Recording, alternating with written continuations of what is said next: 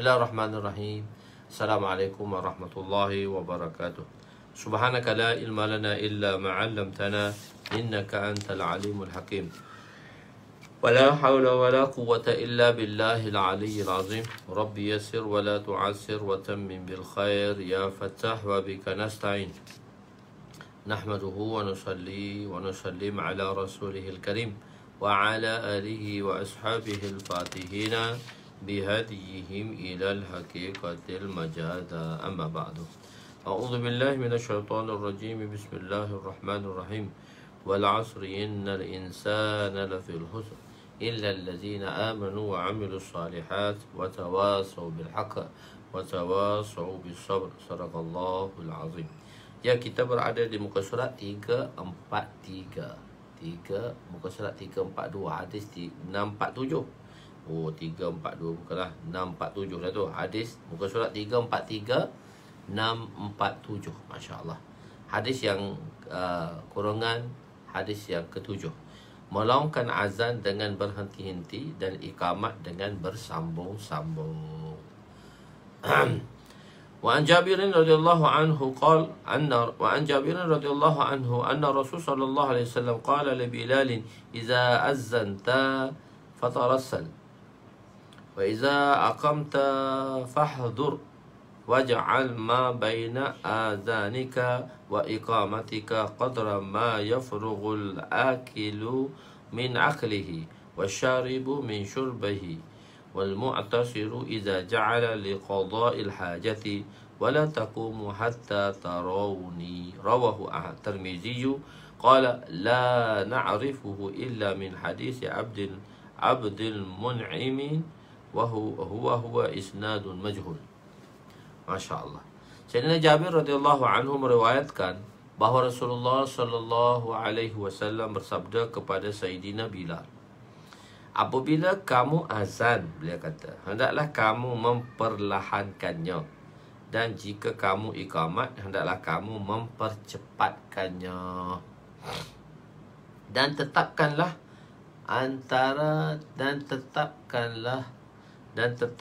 antara azan dan iqamat sekadar masa yang sempat untuk seorang yang makan menyelesaikan makannya, seorang yang minum menyelesaikan minumnya, dan seorang yang perutnya memulas, yang sakit perut, dapat menyelesaikan hajatnya, dapat dia buang air besar dia tu. Dan janganlah kamu iqamat sehingga kamu melihatku. Nabi kata melihat aku. Hadis riwayat Imam Tirmizi, beliau berkata, kami tidak mengetahui hadis ini melainkan daripada hadis Abdul Mun'imi, dan dia adalah isnadnya majhul. Peristiwa ini berlaku dalam safar. Peristiwa ni Nabi kata, misal Nabi bersabda, bila Nabi berada bersama sahabat-sahabat sewaktu bermusafir. Jadi Nabi kata perlahankannya. Azan tu perlahan, bermaksud dengan berhenti-henti atau berpisah-pisah. Berhenti sekejap, azan kan panjang sikit, dibezakan dengan iqamat.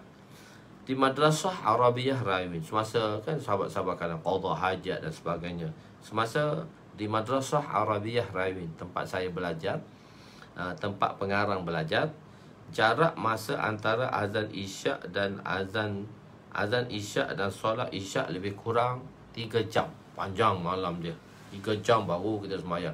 Tak kira lah musim sejuk ke. Ustaz Dr. Nur Zaman, Ahmad Nurul Zaman, kita bermuka surat 434, hadis yang ke-647. 434. Okey, bukan 432, 434. Iaitu kita ni setiap, tak kira lah masa kita berada, masa belajar di Raiwin, di antara waktu azan isyak dengan sembahyang isyak 3 jam. Sebab kita tetamu yang begitu ramai, tetamu yang selalu hadir di madrasah kita, jemaah-jemaah yang hadir di seluruh dunia, termasuk orang tempatan dan di seluruh dunia, lebih kurang 6 hingga 70 ribu. Musim panas tak dalam 40 ribu gitulah. Dalam musim panas 40 ribu. Tapi kalau musim sejuk 6 hingga 70 ribu lah. Panjang waktunya. Panjang waktu dia. Jadi lepas isyak, lepas maghrib kita ada laporan Karkuzari jemaah yang pulang daripada luar negara atau dalam negeri tempatan bekerja, buat usaha jemaah. Dan dalam sejam Karkuzari, lepas tu berazan isyak. Lepas azan isyak, nak ke sembahyang tu lebih kurang 3 jam.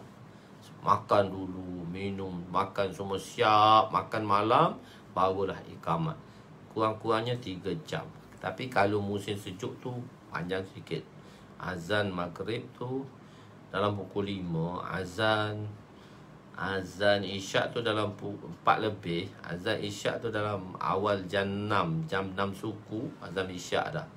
So jam 6 suku. Yang kita akan sembahyang tu 10 malam, 11 malam tu. Lama gitu. Sebab tetamu ramai. Macam begitu juga di India, di Nizamuddin. Masya Allah tempat jemaah. Di center kita di Nizamuddin, markas kita yang besar di Nizamuddin lah, Raywin ni tempat di Pakistan.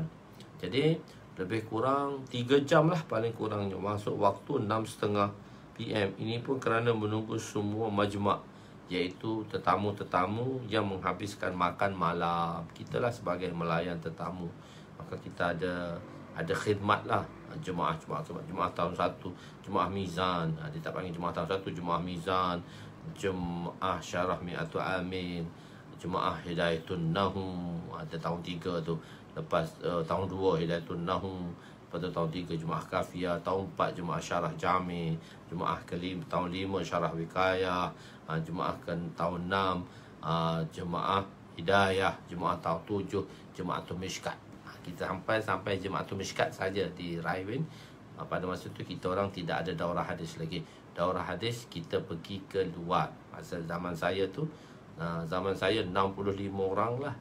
Masa tu belajar Mishkat 65 orang. Saya beritahu tu kena sebut nama hari-hari, kena sebut doa hari-hari.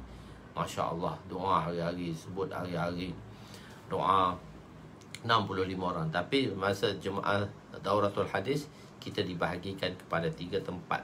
Saya ke Lahore, Jemaah Jamiah Ashrafiyah, dan 2 lagi di Multan, iaitu Qasmil Ulum, Jamiah Qasmil Ulum dengan Khair Mudaris. Di Multan semua dibagi 3, kami ke 16 orang, ke Lahore. Baki selebihnya ke Multan di 2 tempat lah. Itu belajar di Dauratul Hadis lah, semasa Dauratul Hadis. Tapi kami lepas 2 tahun selepas saya itulah baru buka balik Dauratul Hadis di sana.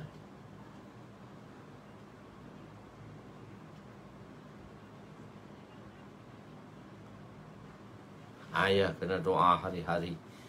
Kena doa hari-hari. Name tu betul mudah. Doa hari-hari. Sebut nama kawan-kawan hari-hari. Masya Allah. Kita majma' kita dalam 100 lebih lah. Ni kita ada 86 orang hingga ke 100 lebih.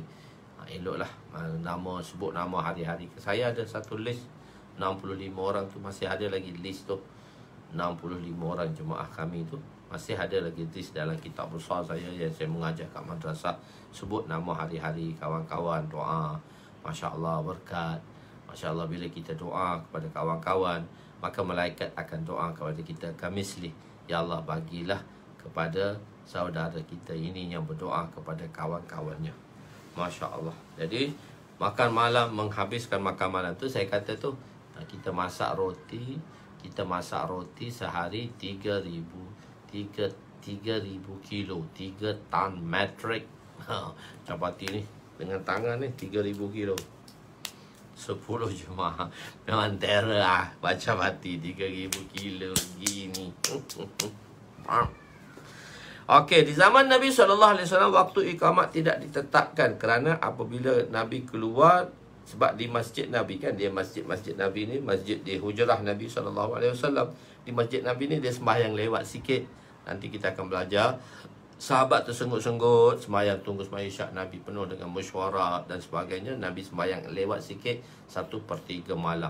Jadi di masjid Nabi iqamat tidak ditetapkan. Kalau kita Raywin tu 3 jam, masjid Nabi, orang tak berapa ramai lagi pada masa tu. Kerana apabila Nabi keluar daripada hujrah mubarak, bilik Nabi yang mulia, maka Nabi iqamat akan dilaungkan. Sayyidina Bilal akan nampak lah bila Nabi nak keluar, kain cadar, maknanya kain tirai yang bergantung di bilik di antara masjid dengan rumah Nabi sallallahu alaihi wasallam.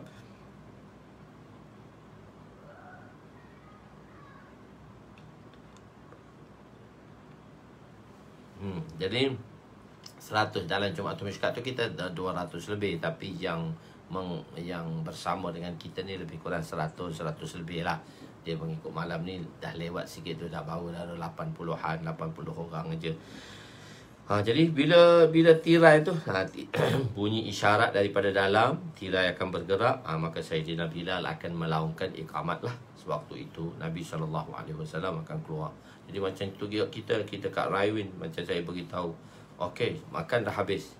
Bila makan dah habis, jemaah terakhir makan, tu tak nak semayang tu, kita akan dah siap dah semua semayang. Kita orang pun khidmat pun semayang sekali dengan ta'am, semayang panjang, semayang waktu lewat juga. So, kita sembahyang, kita tiapkan, beritahu imam akan datang, beritahu Haji Abdul Wahab akan datang, beritahu Maulana Jamshid dan beritahu Maulana Zaman. 4 orang ni akan diberitahu. Haji Abdul Rahman, Maulana Jamshid, Maulana Zul Rahman, Imam dan Haji Abdul Wahab. 4 orang ni mesti diberitahu iqamat akan didirikan tak berapa lama lagi. Itu pun akan tunggu Haji Abdul Wahab. Mudir kita Haji Abdul Wahab akan keluar bila-bila masa. Begitu. Macam kita macam menunggu, masya-Allah, macam sahabat menunggu Nabi SAW. Khair. Wala taqumu, Nabi kata, mazhab Hanafi menyatakan berdiri membetulkan saf sebelum iqamat. Mazhab Syafi'i mengatakan sunat membetulkan saf selepas iqamat. Jika jemaah terlalu ramai, barulah saf dibetulkan sebelum iqamat. Dalam mazhab Syafi'i, kalau majmuk ramai, baru betul saf dulu sebelum iqamat. Tapi kalau masjid kita sedang-sedang, kita mengambil hadis yang mana iqamat baru betulkan saf. Itu bukannya sunnah ni betulkan dulu baru iqamat. Tak. Sebab pelbagai riwayat, bukan betul sah dulu baru iqamat. Itu yang ditarjihkan oleh mazhab Hanafi. Dan yang ditarjihkan oleh mazhab Syafi'i, iaitu iqamat barulah betulkan saf. Itu kalau majma' tak ramai, maksudnya makmun tu tak ramai, dalam 100 orang tu okey lah. Masjid kita pun tak sampai pun 200. Dalam 100-200 orang boleh iqamat lagi dahulu. Tapi kalau sampai ribu-ribu tu, betul saf dahululah baru iqamat.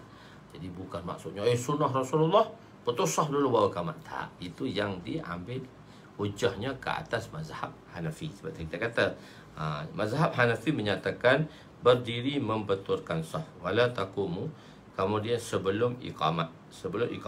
Mazhab Syafi'i mengatakan sunat membetulkan saf selepas iqamat. Jika jemaah terlalu ramai, barulah saf dibetulkan sebelum iqamat. Jelas InsyaAllah jelas. Jadi bukannya hanya sunnah tu betulkan saf dulu baru iqamat. Tak. Dia ada keperbagaian. Sebab tu kalau kita belajar, baru kita faham benda ni, baru kita boleh beramal dengan, dan kita yakin dengan apa yang mazhab kita telah lakukan. Okey, hadis yang seterusnya 648 bracket nombor 8, disunatkan muazzin yang iqamat. Jadi siapa yang kena iqamat? Muazzin lah. Wa an Ziyad bin Haris al-Sudai radhiyallahu anhu qala amarani Rasulullah sallallahu alaihi wasallam anna azzin fi salatil fajr fa'azzantu fa'arada Bilal an yuqima. Qala Rasul sallallahu alaihi wasallam innal akha sudain faqad azzana wa man ahazzana fahuwa yuqim. Rawahu Tirmizi wa Abu Daud wa Ibn Majah. Sayyidina Zaid bin Haris al-Sudai berkata, Rasulullah sallallahu alaihi wasallam menyuruh siapa? Rasulullah sallallahu alaihi wasallam menyuruhku supaya azan untuk salat subuh. Maka aku pun azan. Lalu Sayyidina Bilal bangun untuk iqamat. Maka Rasulullah SAW bersabda kepada Sayyidina Bilal, sesungguhnya saudara kamu iaitu Suda telah azan. Barang siapa yang azan, dialah yang akan iqamat. Hadis riwayat Imam Tirmizi, Imam Abu Daud, Imam Ibnu Majah. Peristiwa ini berlaku juga sedang bermusafir. Sebab kebiasaannya bila waktu mukim, Sayyidina Bilal lah yang akan jadi muazzin di masjid Nabi. Dan satu lagi, apabila bermusafir, Nabi tinggalkan Abdullah ibn Ummil Maktum untuk menjadi muazzin di masjid Nabi. Okey. Mazhab Hanafi dan satu pendapat mazhab Syafi'i mengatakan makruh selain daripada muazzin yang iqamat. Ada kata makruh, tetapi jika muazzin memberi keizinan, maka dibolehkan. Iaitu bila diboleh ittifaq, sepakat a'immah keempat-empatnya. Mazhab Hanafi mengatakan jika muazzin memberi izin untuk orang lain iqamat, maka hukumnya harus sahaja. Dia iqamat, sunat muazzin yang iqamat, kata mazhab Hanafi. Hadis ini adalah dalil dalam mazhab Syafi'i dan Hambali kerana pendapat yang menyatakan bahawa memberi kebenaran adalah harus kerana terdapat dua orang muazzin di masjid Nabi, iaitu Sayyidina Bilal dan Sayyidina Abdullah ibnu Ummi Maktum. Sayyidina ibnu, iaitu Abdullah ibnu Ummi Maktum. Kadang-kadang Sayyidina Bilal azan dan kadang-kadang Sayyidina Abdullah ibnu Ummi Maktum iqamat, dan kadang-kadang sebaliknya. Hadis ini kita mahmulkan. Apa mahmul maknanya? Kita hukumkan kepada mereka yang tidak mendapat keizinan untuk iqamat kerana akan menyebabkan mungkin muazzin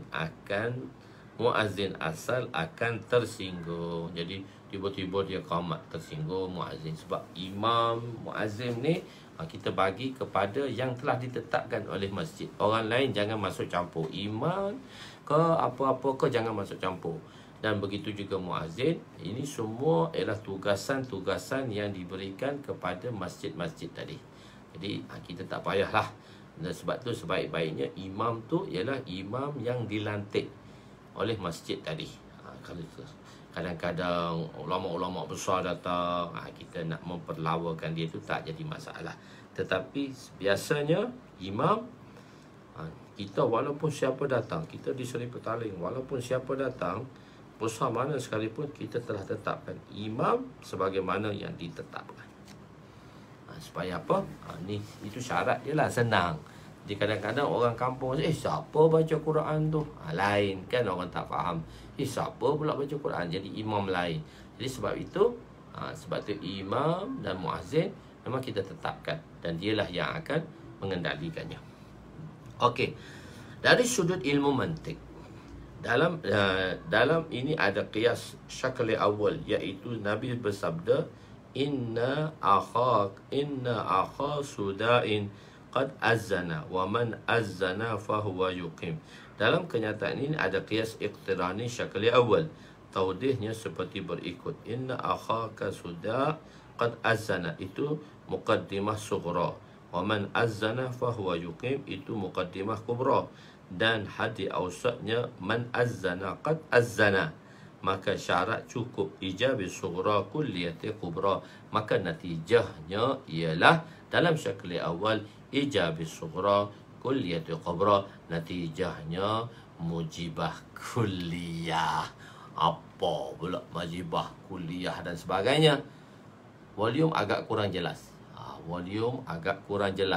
Mungkin tempat tuan-tuan kot. Yang lain-lain okey, volume saya rasa macam biasa saya bercakap. Jadi itu saya saja menerbitkan satu dalam kaedah mantik lah. Okey, fasal ketiga. Azan, fasal ketiga.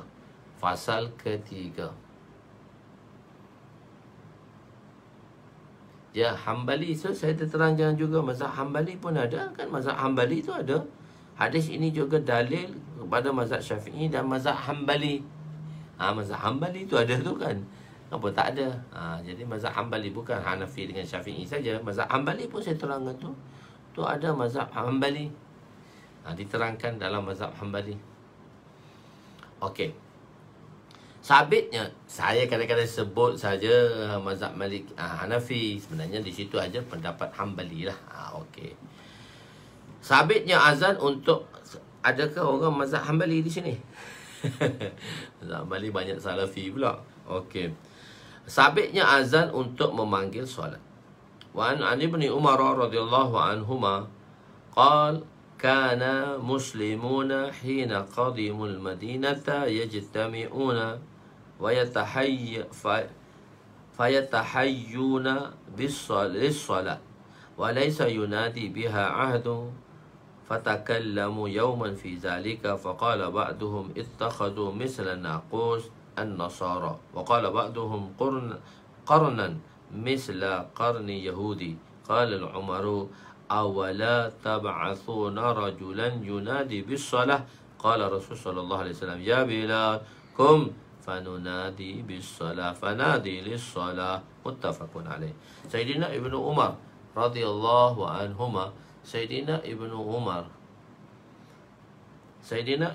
radhiyallahu anhu berkata, ketika orang-orang Islam sampai di Madinah, mereka berhimpun dan menganggarkan waktu untuk solat, dan tiada seorang pun yang memanggil untuk solat. Maka pada suatu ketika mereka telah berbincang mengenai perkara tersebut. Seorang daripada mereka berkata, kamu buatlah loceng seperti orang Nasara untuk memanggil kepada sembahyang. Memanggil untuk sembahyang. Seorang lagi berkata, kamu buatlah loceng seperti Nasara. Seorang lagi berkata, buatlah trompet seperti Yahudi. Lalu Umar radhiyallahu anhu berkata, Sayyidina Umar radhiyallahu anhu berkata, mengapa tidak kamu semua mengutus seorang lelaki untuk memanggil orang untuk bersolat? Maka Rasulullah sallallahu alaihi wasallam bersabda, Bilal, bangunlah dan panggillah untuk solat.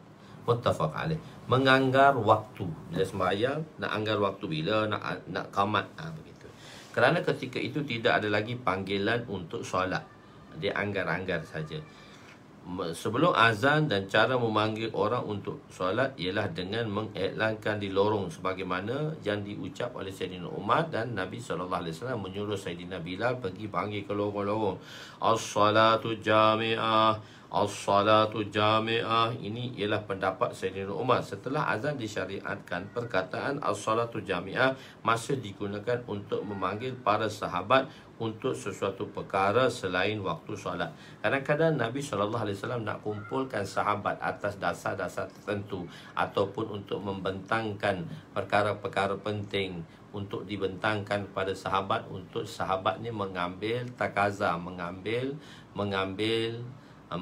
saranan, mengambil perintah-perintah daripada Nabi untuk disampaikan. Takaza ni mengambil apa-apa keperluan lah yang sepatutnya dibuat pada waktu mungkin jemaah perang nak dihantar ataupun apa-apa sekali. Maka masih lagi mengumpulkan orang ramai dengan perkataan as-salatu jami'ah. As-salatu jami'ah maknanya orang ramai berkumpul selain daripada waktu solat. Ini selepas azan disyariatkan. Allah. Kisah pensyariatan azan. Hadis 650-10. Wan Abdullah bin Zaid bin Abd Rabbi radhiyallahu anhu qala lamma amara Rasul sallallahu alaihi wasallam bin naqusi yu'malu liyudraba bihi lin-nas li jami'is salat طاف به وأنا نائم رجل يحمل ناقوسا في يده فقلت يا عبد الله أتبيع الناقوس قال وما تصنع به قال قلت ندعو به إلى الصلاة قال أفلا أدلك على ما هو خير من ذلك فقلت له بلى قال تقول الله أكبر إلى آخره وكذلك الإقامة فلما أصبحت أتيت رسول صلى الله عليه وسلم فأخبرته بما رأيت قال إنها لرؤيا حق إن شاء الله فقم مع بلال فألقي عليه ما رأيت فليؤذن به فإنه أندى صوتا منك فقمت مع بلال فجعلت أسمعه عليه يؤذن به فسمع بذلك عمر بن الخطاب وهو في بيته وخرج يجر رداءه يقول يا رسول الله والذي بعثك بالحق لقد رأيت مثل ما أرى. وقال رسول صلى الله عليه وسلم فللحمد لله. رواه أبو داود والدارمي وابن ماجه إلا أنه لم يذكر الإقامة. وقال الترمذي هذا حديث صحيح لكنه لن يصرح قصة الناقوس. Sayyidina Abdullah bin Zaid bin Abdul Rabbi berkata, apabila Rasulullah SAW memerintah untuk menggunakan loceng supaya ia diketuk untuk menghimpunkan manusia bersolat, seorang lelaki sedang membawa loceng. Apabila Rasulullah memerintahkan untuk menggunakan loceng, lamma amara Rasul SAW bin naqus, memulakan loceng. Seorang lelaki sedang membawa loceng telah berlalu berhampiranku ketika aku sedang tidur. Maka aku bertanya, wahai hamba Allah, adakah kamu mahu menjual loceng itu? Lelaki itu berkata, apakah yang kamu ingin lakukan dengannya? Aku berkata, kami ingin menggunakannya untuk memanggil orang bersolat. Lelaki itu berkata, maukah aku kabarkan, beritahumu sesuatu yang lebih baik daripada itu? Aku berkata, bahkan. Lelaki itu pun berkata, kamu katakanlah Allahu Akbar, yakni lafaz azan hingga ke akhirnya. Begitu juga iqamat. Apabila aku terjaga pada waktu pagi, aku pergi menemui Rasulullah SAW lalu memberitahu baginda apa yang telah aku mimpi. Maka Rasulullah SAW bersabda, sesungguhnya mimpi itu adalah benar, insya-Allah. Maka kamu bangunlah bersama Bilal, Sayyidina Bilal, dan kamu beritahu dia apa yang kamu mimpi, dan suruhlah dia azan dengan cara tersebut. Sesungguhnya Bilal lebih tinggi suaranya daripada kamu. Maka aku telah bangun bersama Bilal dan aku memperdengarkan kepadanya, dan dia azan dengannya. Perawi berkata, maka Sayyidina Umar radhiyallahu anhu telah mendengarnya. Tengah-tengah azan tu Sayyidina Umar dengar. Pada ketika itu berada di rumahnya, dan dia telah keluar, iaitu Sayyidina Umar telah keluar daripada sambil menarik kainnya dan yang ada padanya, lalu berkata, ya Rasulullah, demi zat yang mengutus Tuhan dengan hak, sesungguhnya aku telah melihat di dalam mimpi apa yang sedang aku dengari sekarang ini. Maka Rasulullah SAW bersabda, segala puji bagi Allah. Hadis riwayat Imam Abu Daud, Imam Darmi, Imam Ibn Majah, melainkan beliau tidak menyebut perkataan iqamah. Dan Imam Tirmizi rahmatullah berkata, hadis ini adalah sahih, akan tetapi ia tidak menyebut tentang loceng secara jelas. Lamma amara, ketika Nabi ingin menghukumkan penggunaan nakus, iaitu cara orang Yahudi ketuk kayu, ketuk kayu untuk memanggil orang ramai menunaikan solat. Pada masa itu banyak cara yang boleh digunakan untuk memanggil orang ramai, tetapi nakus disebut kerana banyak cara nak panggil orang, nak kumpul orang, dengan asap ke, dengan trompet ke, dengan ketuk kayu ke, dengan api ke, dan sebagainya. Tapi kenapa Nabi telah memilih wala tajidanna, kerana ayat dalam surah Maidah 82 menerangkan, wala tajidanna aqrabahum mawaddah lillazina amanu qalu inna nasara zalika bi annahum minhum qisisin wa ruhbana wa annahum la yastakbiru. Dan demi sesungguhnya engkau akan dapati orang yang dekat sekali kasih sayangnya kepada orang beriman, iaitu orang yang berkata bahawa kami ialah orang-orang Nasara. Allah Ta'ala telah bezakan, sebelum itu saya dah jelaskan tentang ayat ini, Allah Ta'ala telah bezakan dua kafir, iaitu satu kafir Nasara dan satu kafir lagi Yahudi. Bagi orang Nasara, Allah Subhanahu Wa Ta'ala telah menceritakan bahawa walaupun dia kafir, tapi aqrabahum mawaddah, aqrabahum mereka ini dekat kepada kamu dari sudut mawaddah. Maknanya aqrabahum mawaddah. Mereka ini cenderung kepada kamu kerana mereka ada sifat mawaddah. Kepada orang beriman, sayang. Mereka ni dekat sekali kasih sayang. Maknanya orang Yahudi, orang Nasara ni dia mawaddah. Wala tajidanna asyaddan nas si adawah. Dan ada di kalangan golongan yang mana asyaddan nas, mereka ni orang yang paling kuat. Apa dia? Adawatan, iaitu dari segi pemusuhan. Adawatan wala tajidanna asyaddan nasi adawatan lilladzina amanu, dengan orang-orang beriman, iaitu orang-orang Yahudi. Orang-orang Yahudi. Walladzina asyraku, dan orang-orang yang musyrikin. Jadi dua golongan demi. Jadi orang Nasara pada waktu itu mempunyai sedikit kecintaan kepada orang mukmin. Nakus ialah alat yang digunakan oleh orang Nasara. Kerana itulah Nabi lebih cenderung untuk menggunakannya lebih daripada alat-alat lain.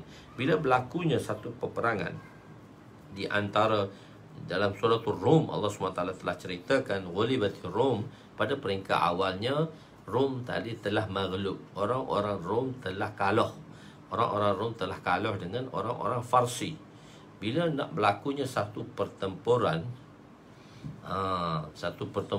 pada kali pertama orang Rom telah kalah. Orang Rom telah kalah dalam pertempuran dengan orang Majusi. Jadi bila nak berlakunya peperangan, dengan orang kafir, iaitu dengan orang musyrikin Quraisy. Maka musyrikin Quraisy ni ialah mereka penyembah berhala, dan Majusi tadi penyembah api, dan orang Kristian dia penyembah Allah. Dia penyembah Allah, agama daripada langit, agama semawi. Mereka ni penyembah Allah. Walaupun mereka kufur kepada Allah selepas itu dengan mengatakan Nabi Isa AS sebagai anak Allah, tapi mereka adalah penyembah Allah. Jadi orang Islam begitu berharap apabila pertempuran berlaku, orang Islam begitu berharap bila pertempuran berlaku di antara orang Rom dengan orang Majusi, supaya orang Rom tadi mengatasi orang-orang Majusi. Pada peringkat awal kalah orang Rom. Pada peringkat kedua peperangan Rom dengan Farsi, Rom dengan Farsi, maka orang-orang Farsi kalah. Jadi selepas peperangan pertama berlaku, maka setelah kekalahan orang-orang Rom di tangan orang Farsi, maka orang-orang Quraisy dengan bangga berkata, kami penyembah berhala. Kami penyembah berhala, sebagaimana penyembah-penyembah api telah menghancurkan penyembah Allah, iaitu orang Rom. Kami juga orang musyrikin, penyembah-penyembah berhala, akan menghapuskan penyembah-penyembah Allah, iaitu Muhammad. Itulah turun ayat Ghulibatur Rum tu. Turunnya ayat yang menerangkan akan tiba nanti satu masa peperangan orang-orang Rom dengan orang-orang Kristian, dengan orang-orang Rom tu dari Kristian lah, dengan orang Majusi.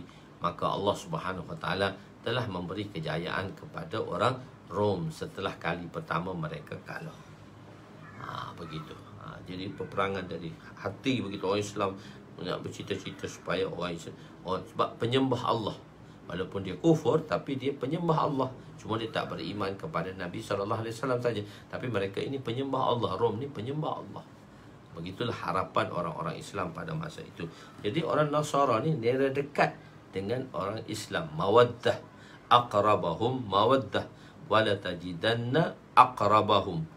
Jadi wala tajidanna asyaddan nas adawah. Asyaddan nas ni aqrabahum mawaddah tu asyaddan nasi adawata lilladzina amanu, iaitu alladzina qalu inna nasara, alladzina qalu inna nasara Yahudi. Okey, orang-orang Rom pada waktu itu mempunyai sedikit kecintaan kepada orang mukmin.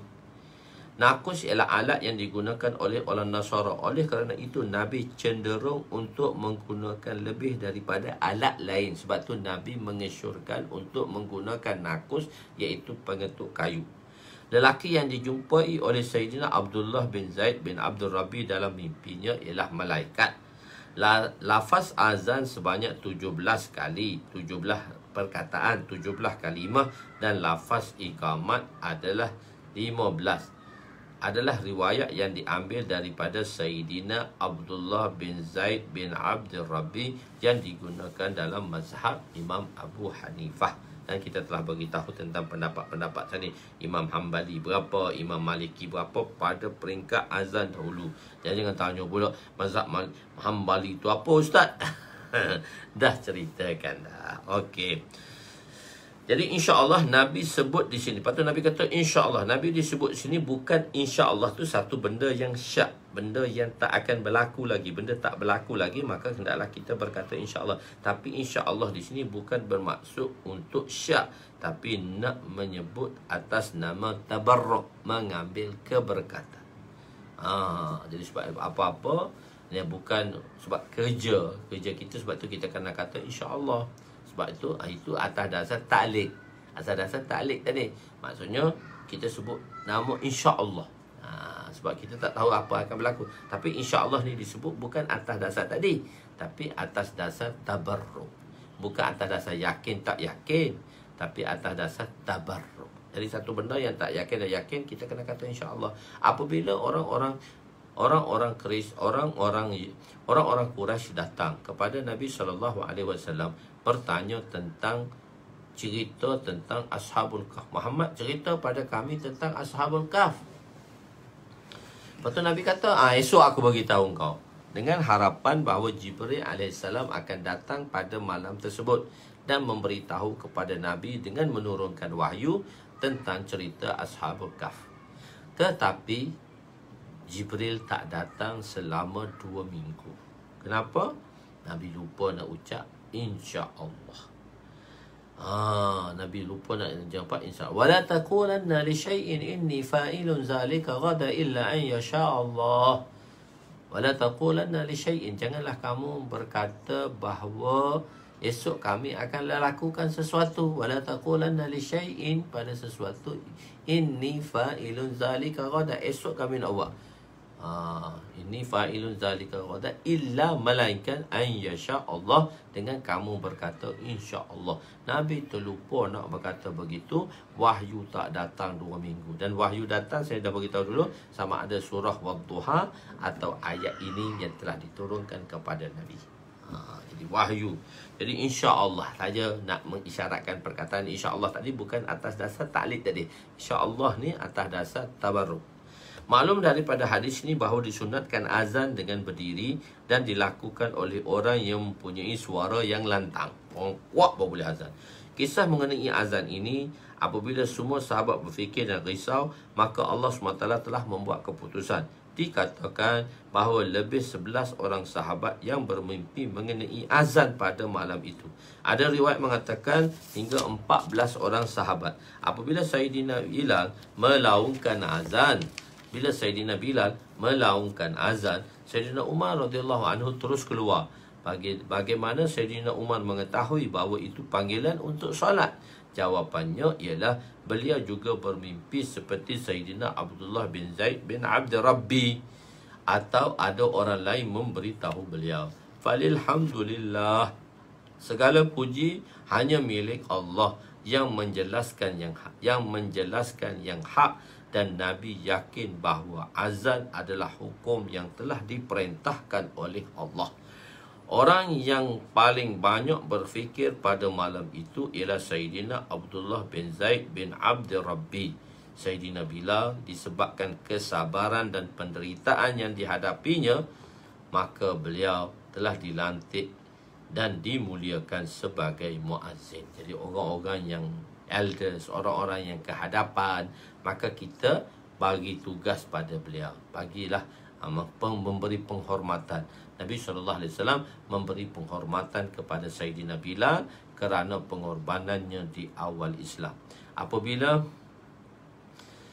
apabila Sayyidina Umar radhiyallahu anhu telah bertanya kepada Sayyidina Bilal tentang pengorbanannya di dalam Islam, beliau tidak berkata apa-apa. Beliau telah membuka bajunya dan menunjukkan kesan paruk-paruk di belakangnya.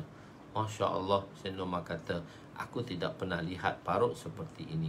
Dia kata, Umar, pada hari yang mana aku Islam, aku telah ditarik di atas bara api. Kerana dan di atas bara api. Oh, aku kena tarik atas bara api. Sayyidina, bukan Sayyidina Bilal tu Sayyidina Khabab bin Al-Arat. Sayyidina Khabab bin Al-Arat tukar pula. Sayyidina Bilal ni diletakkan batu malam dicemeti dan diletakkan batu di atasnya sehingga dia tidak boleh menggerakkan 4 kerat tulangnya dengan berkata Ahad, Ahad, Allah yang Esa, Allah yang Esa. Jadi Sayyidina Bilal disebabkan oleh kesabaran dan penderitaan yang dihadapi, maka beliau telah dilantik dan dimuliakan sebagai muazzin Nabi SAW. Cara mengejutkan orang untuk solat subuh. Macam mana nak kejut orang yang tidur dalam solat subuh? Wa Nabi Bakrata, hadis yang 651. Wa Nabi Bakrata radhiyallahu anhu qala kharajtu ma'a Nabi sallallahu alaihi wasallam li salati subhi fa kana la yamurru li rajulin illa nadahu bis salah aw harrakahu bi rijlihi, rawahu Abu Daud. Sayyidina Abu Bakrah radhiyallahu anhu berkata, aku telah keluar bersama Nabi untuk solat subuh. Maka apabila baginda lalu berdekatan dengan seorang yang pasti baginda akan memanggilnya. Lalu berdekatan seseorang pasti baginda akan memanggilnya untuk solat dan baginda akan menggerakkannya dengan kaki baginda. Cara yang sama memanggil atau mengejutkan dengan kaki. Jika pelajar, maka boleh di rotan untuk tarbiyah. Untuk orang awam, utamakan ikram. Janganlah nak pukul pelajar, tak apa. Pelajar tu bunyi suara Ustaz Usno, ujung katil sana dah bangun dah.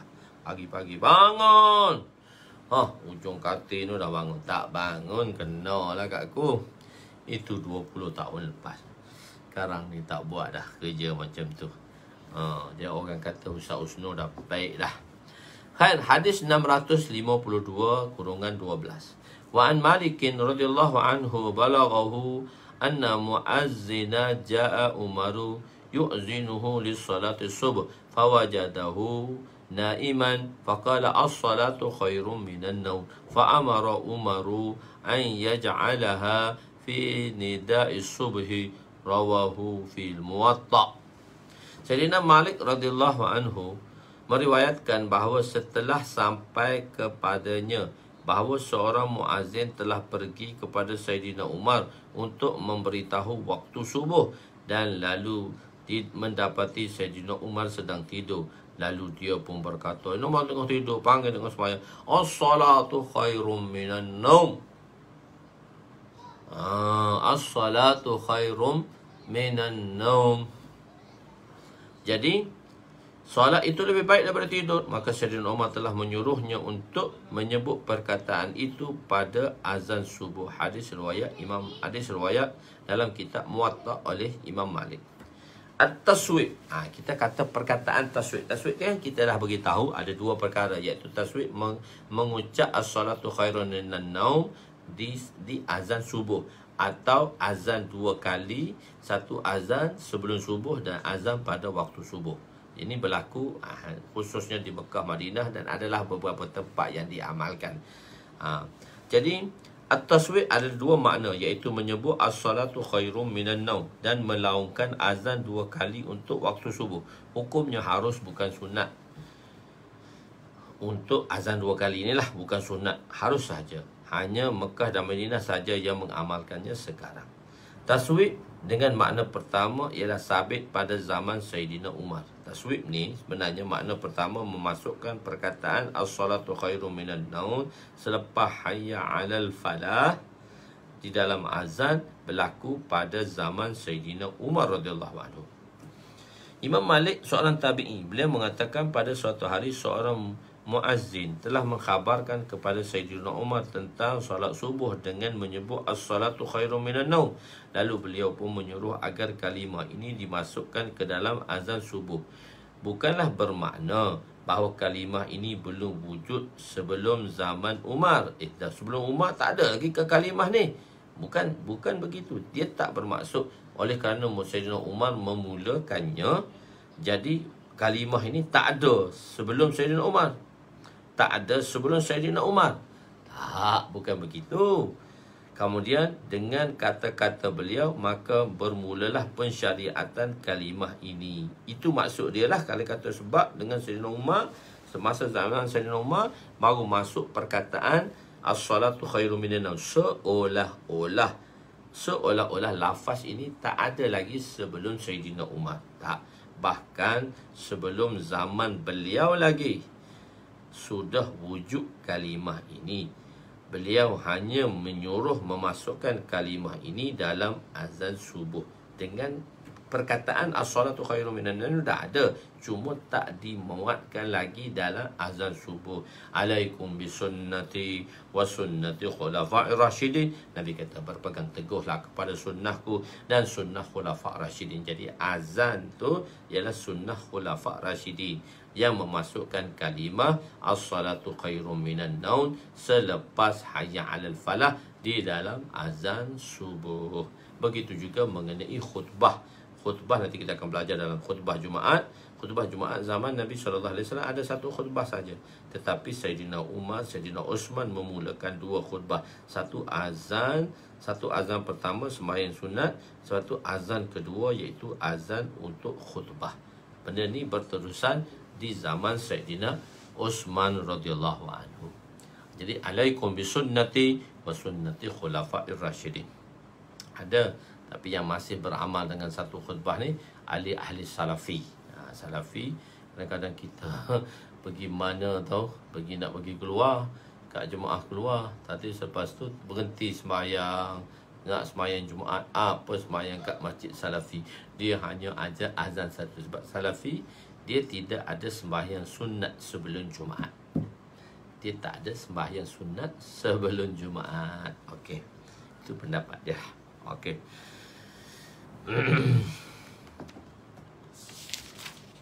Okey, hadis yang 653 kurungan 13. Antara cara azan ialah dengan meletakkan hujung jari di telinga. Cara nak azan dengan kita letakkan hujung jari di telinga. Kita habiskanlah sebab kita nak masuk dah babu fadlil azan wa ijabatil muazzin. Bab kelebihan azan dan menjawab azan. Ini bab yang seterusnya. So bab terakhir kita baca. Wa an Abdurrahman bin Sa'id bin Ammar bin Sa'd muazzin Rasulullah sallallahu alaihi wasallam qala haddatsani abi an abihi an jaddihi anna Rasul sallallahu alaihi wasallam amara bilalan an yaj'ala usbu'aihi fi uzunaihi qala innahu arfa'u li sautik, rawahu Ibnu Majah. Sayyidina Abdurrahman bin Sa'ad bin Ammar bin Sa'ad, muazzin Rasulullah sallallahu alaihi wasallam, Bapaku telah memberitahuku daripada datuknya bahawa Rasulullah sallallahu alaihi wasallam menyuruh Bilal meletakkan hujung jari ke dalam kedua telinganya. Letakkan hujung jari ni ke dalam kedua telinganya. Bergema. Bila kita sebut ni, kita tak dengar. Bergema. Jadi kita tak faham apa yang kita cakap. Sebab tu kalau kena terjemah pakai mikrofon direct, kalau mikrofon terjemah bayang apa semua direct, dia cakap, kita cakap nak direct. Kadang-kadang dia cakap, kita berhenti, kita cakap, itu terjemah di atas mimbar. Kalau terjemah side ni perlu terjemah direct, so kena pakai mikrofon, mikrofon pula pakai earphone. Jadi earphone ni bila tertutup, dia bergema. Saya tak tutup kedua-dua belah, saya pakai sebelah. Ni earphone. Jadi kalau saya terjemah, saya tak boleh pakai ni, dia bergema. Ni earphone budak-budak. Jadi saya letak gitu. Saya pasang sebelah aja. Begitu. Satu nak dengar, satu dengar daripada terjemahan direct, dan satu lagi nak dengar hak kita cakap. Kalau tutup dua-dua, dia bergema, tak dengar apa hak kita cakap, tak faham.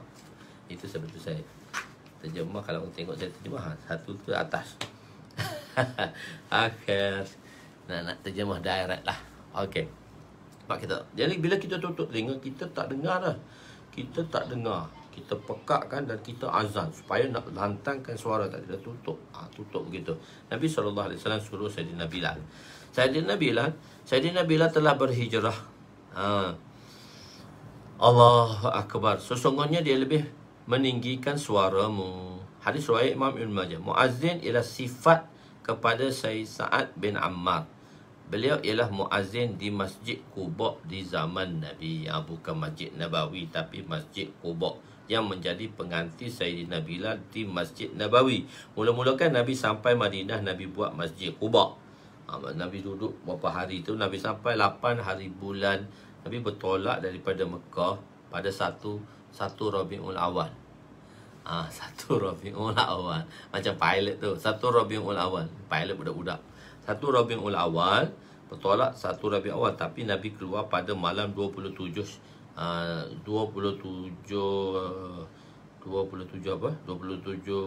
Safar. Tapi Nabi bertolak ke Madinah pada 1 Muharram. So Nabi sampai di Quba pada 8. So Nabi sampai kat Madinah 12. So Nabi duduk beberapa hari di Quba sebelum sampai ke Madinah. Jadi Nabi sampai di Quba, Nabi buat masjid di Quba. Dan Sayyidina Sa'ad bin Ammar ni, Sayyidina Abdurrahman bin Sa'ad bin Ammar ni, muazzin Rasulullah tu. Iaitu siapa tu? Ini sifat kepada Sa'ad bin Ammar lah, bukannya Abdurrahman. Abdurrahman tu bin Sa'ad bin Ammar. Muazzin Rasulullah berkata, muazzin Rasulullah ni bukan Abdurrahman, Sa'ad bin Abdurrahman bin Ammar tadi.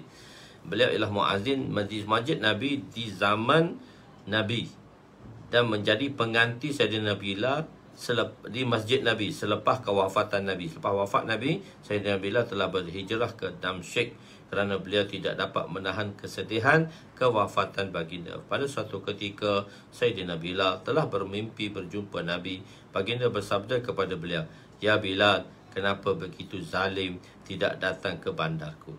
Maka beliau kembali ke Madinah. Setelah tiba di Madinah, beliau diminta dengan satu permintaan yang tak mungkin dapat menolak, iaitu daripada cucunda Rasulullah SAW untuk melaungkan azan. Apabila Sayyidina Bilal radhiyallahu anhu melaungkan azan, suasana tersebut menyebabkan seluruh penduduk Madinah telah keluar daripada rumah-rumah mereka kerana terkenang kembali zaman sewaktu Nabi masih bersama mereka. Bila Sayyidina Bilal azan, suasana tu macam hidup, macam dia kata Rasulullah telah datang kembali dengan azan Sayyidina Bilal radhiyallahu anhu. Mereka berkata seolah-olah Nabi masih hidup. Kubur Sayyidina Bilal di Damsyik bersama dengan 3 kubur sahabat di bandar Damsyik tu. Saya dah pergi dah kubur Sayyidina Bilal tu, ada bersama dengan 3 azwajatul mutahharat, Zainab dan sebagainya, ditanam di Damascus. Sayyidina Bilal, Muawiyah, semua amal situ, sahabat-sahabat tu penuh dengan di kubur-kubur am, khususnya di kota Damsyik itu satu perkuburan lama, iaitu perkuburan sahabat-sahabat. Kita orang pergi kubur Sayyidina Khalid bin Walid, kita orang pergi kubur Abdurrahman, kita orang pergi kubur Abdullah Huzaifi, Sayyidina Huzaifah Al-Yamani. Banyak, Masya Allah, kita orang pergi kubur Sayyidina Huzaifah Al-Yamani, Khalid bin Walid. Kita pergi kubur, kita pergi makbarah, kita pergi kitab Ibnu Malik yang penulis syair tu. Kubur ulama-ulama yang termasyhur, Masya Allah, masih ada. Khair. Antara sunat azan ialah meletakkan 2 jari di telinga. Nabi menyuruh Sayyidina Bilal meletakkan jari di telinga beliau, jari beliau di telinga. Pertama, kerana boleh menyebabkan suara menjadi kuat. Kedua, kerana apabila orang peka melihat demikian, maka mereka akan faham bahawa azan sedang dilaungkan. Maksud azan ialah memberitahu hadirin, yang hadirin dan ghaibin, orang dalam masjid dan orang luar masjid. Kerana itulah perlu dengan suara yang kuat. Tapi ikamat hanya untuk yang hadir sahaja, kerana itu ia tidak perlu dengan kuat. Ulama berbeza pendapat berkenaan mengenai meletakkan jari di telinga. Gini ko, gitu ko, beza. Oh gitu ko, ada gitu ko. So beza pendapat. Tapi hal-halnya masuk jari dalam telinga lah. Itu di syariat disunahkan. InsyaAllah nanti kita sambung balik babul fadlil azan wa ijabatil muazzin. InsyaAllah pagi esok. Pengajian ni akan pagi esok sebab tengah hari esok saya akan ke Johor, ada urusan. Jadi insyaAllah kita buat pagi sebab malam tu mungkin ada urusan. So esok malam tak sempat. Jadi untuk tempat esok malam kita buat esok pagi insyaAllah. Boleh kurang sejam, 6.45, 7.45. Okey ya. Kita buat sejam. Dan begitu juga pagi Ahad pun kita buat pagi juga. Hari Ahad pun insyaAllah kita buat pagi juga sebab masih di Johor lagi. Ada urusan. Baru ni kat Perak ni, kat Johor pula. Ni belum mula daurah lagi. Kalau daurah memang tiap-tiap minggu tak ada. Tapi insyaAllah daurah kita akan tetap ada 2 minggu sekali. Jangan lupa minggu depan hari Jumaat 14 hari bulan kita akan ada daurah yang ke-6 di dalam Kitabul Taharah insyaAllah. Kita akan buat di situ esok 6.45 lah khair. Dalam sejam ke kita akan buat sebab malam esok tak sempat nak buat. Ada urusan jadi kita buat awal sedikit insyaAllah. Okey insyaAllah. Wallahualam, yang baik itu daripada Allah, yang kurang itu daripada kelemahan saya. Aku qouli hadza astaghfirullahal azim li wa li walidayya wa li jami'il muslimin wal muslimat wal mu'minin wal mu'minat al ahya'i minhum amwat bi rahmatika ya arhamar rahimin. Ya awwalal awwalin wa ya akhiral akhirin wa ya zal quwwatil matin wa ya rahimal masakin wa ya arhamar rahimin. Allahumma ighfir lana dhunubana wa wasi' lana khalaqana wa tajib lana kasabana wa kanni'na bima razaqtana wa la tuzhib talabana ila shay'in صرفته عنا وصلى الله على سيدنا محمد وعلى آله وصحبه أجمعين والحمد لله رب العالمين. تقبل الله منا ومنكم يا كريم. تقبل منا. تقبل الله إن شاء الله. آذان باب الطهارة.